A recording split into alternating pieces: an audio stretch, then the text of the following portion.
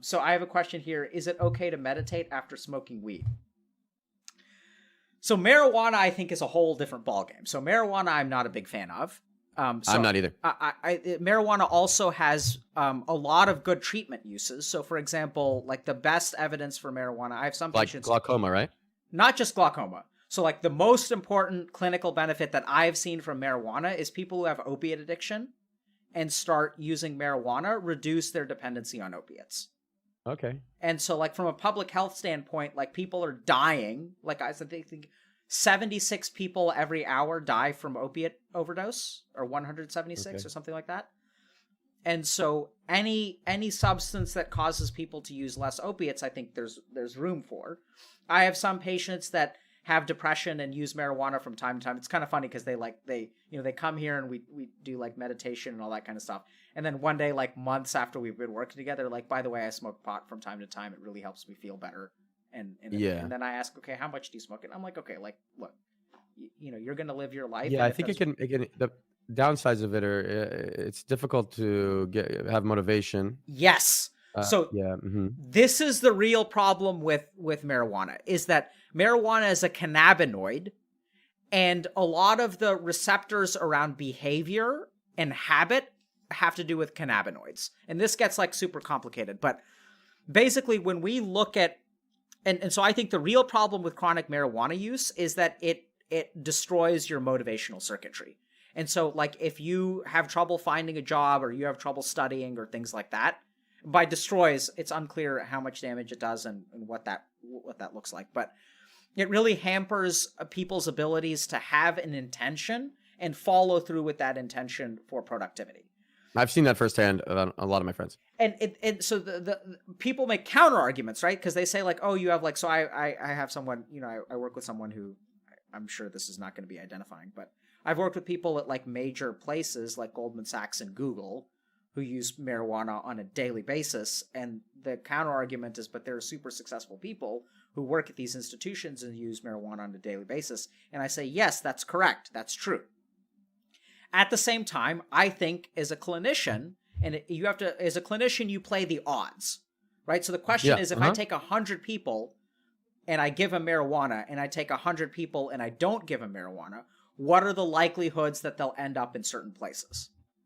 And I would bet anything that there'd be more of them would be less motivated. And that's what we see. So there's data to suggest that, right? Which doesn't mean that an individual, it doesn't like, and this is a big problem, is for a long time, people thought that marijuana affected IQ. It like kills brain cells or whatever. I've never seen a situation where I think it affects like raw IQ. I think what it affects is executive function, which is like your frontal lobes, which is like being able to plan and execute complicated tasks, and it affects motivation. It engenders sort of habitual circuitry in your brain.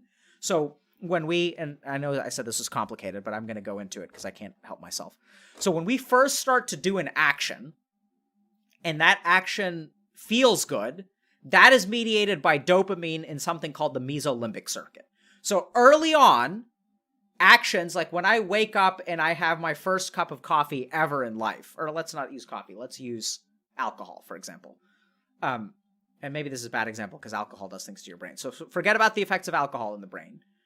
Actually, let's use video games. Video games is a good example. Okay, there you go. Yeah, that's a lot better. So when I first play a video game and I say like, oh, this is lots of fun, that's dopamine acting in my mind, in my brain, okay? So dopamine reinforces a behavior through the experience of pleasure.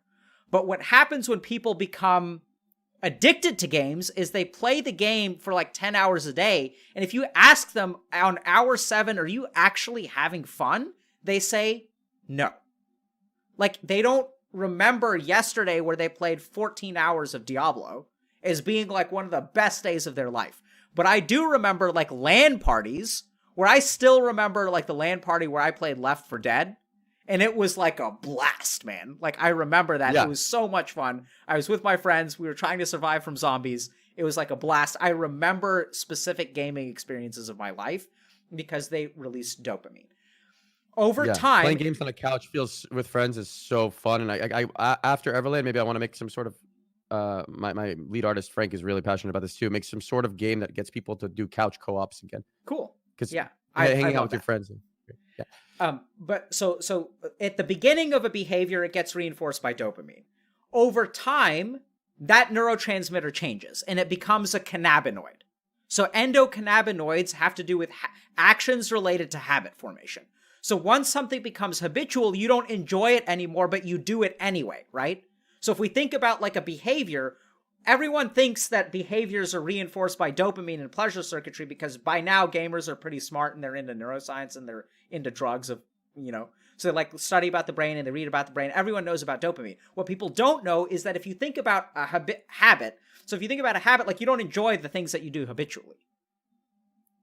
And the reason for that's why gaming's become less fun. Yes, because what happens is it starts to engender the neurotransmitters involved are cannabinoids, which have to do with habits and no longer have to do with enjoyment.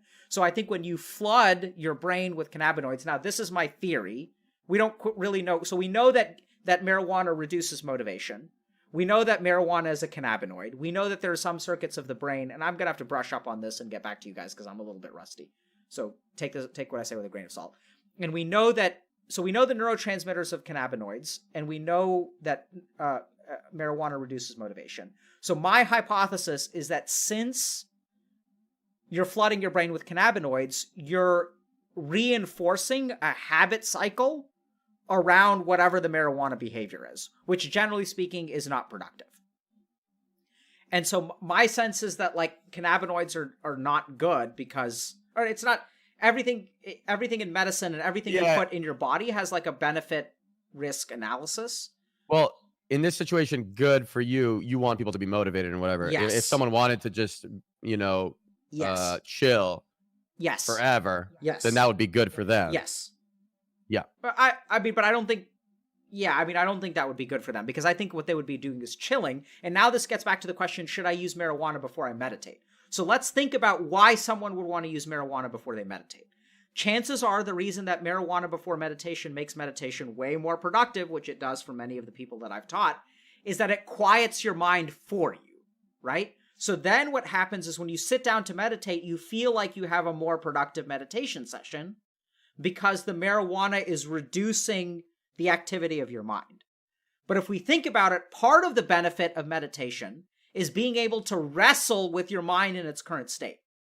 So it's basically like what marijuana does is it's like if you go to the gym and you're trying to train your attention and concentration and your ability for follow through. And I talked about this last Sunday. Not last Sunday, but the last Sunday stream I did was all about dharana. And dharana is basically like why I think people struggle to accomplish their goals. And it's not, what dharana means is focus.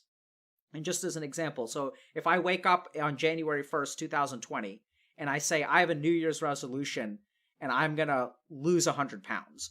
And if you stop and you look at the mind in that moment, their resolve is 100%. It's not like half-assed.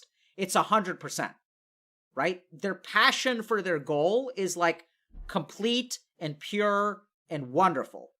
What they're lacking is concentration of the mind. It's focus. Because the next day, then the mind is 100% towards working out. And the next day, you're no longer pointing in that direction. You're pointing in this direction.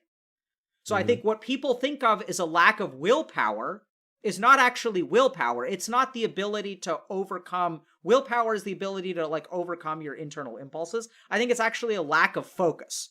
So a human, the average person does not get to choose what direction their mind points. So you got to think about your mind as a flashlight. I agree with you there. And so on January 1st...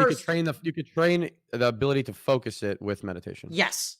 So on January 1st, my flashlight is pointing towards weight loss. And on January 2nd, I move my flashlight to pictures of cats on YouTube. And the dharana is the practice of training your mind to put the flashlight where you want. And so if we think about meditation, why do people want to use marijuana with meditation? It's because it's less trouble to focus your flashlight, which in turn makes it easier to get to states of samadhi. And people think about productive meditation as states of samadhi, right? Which is like the no mind state or whatever.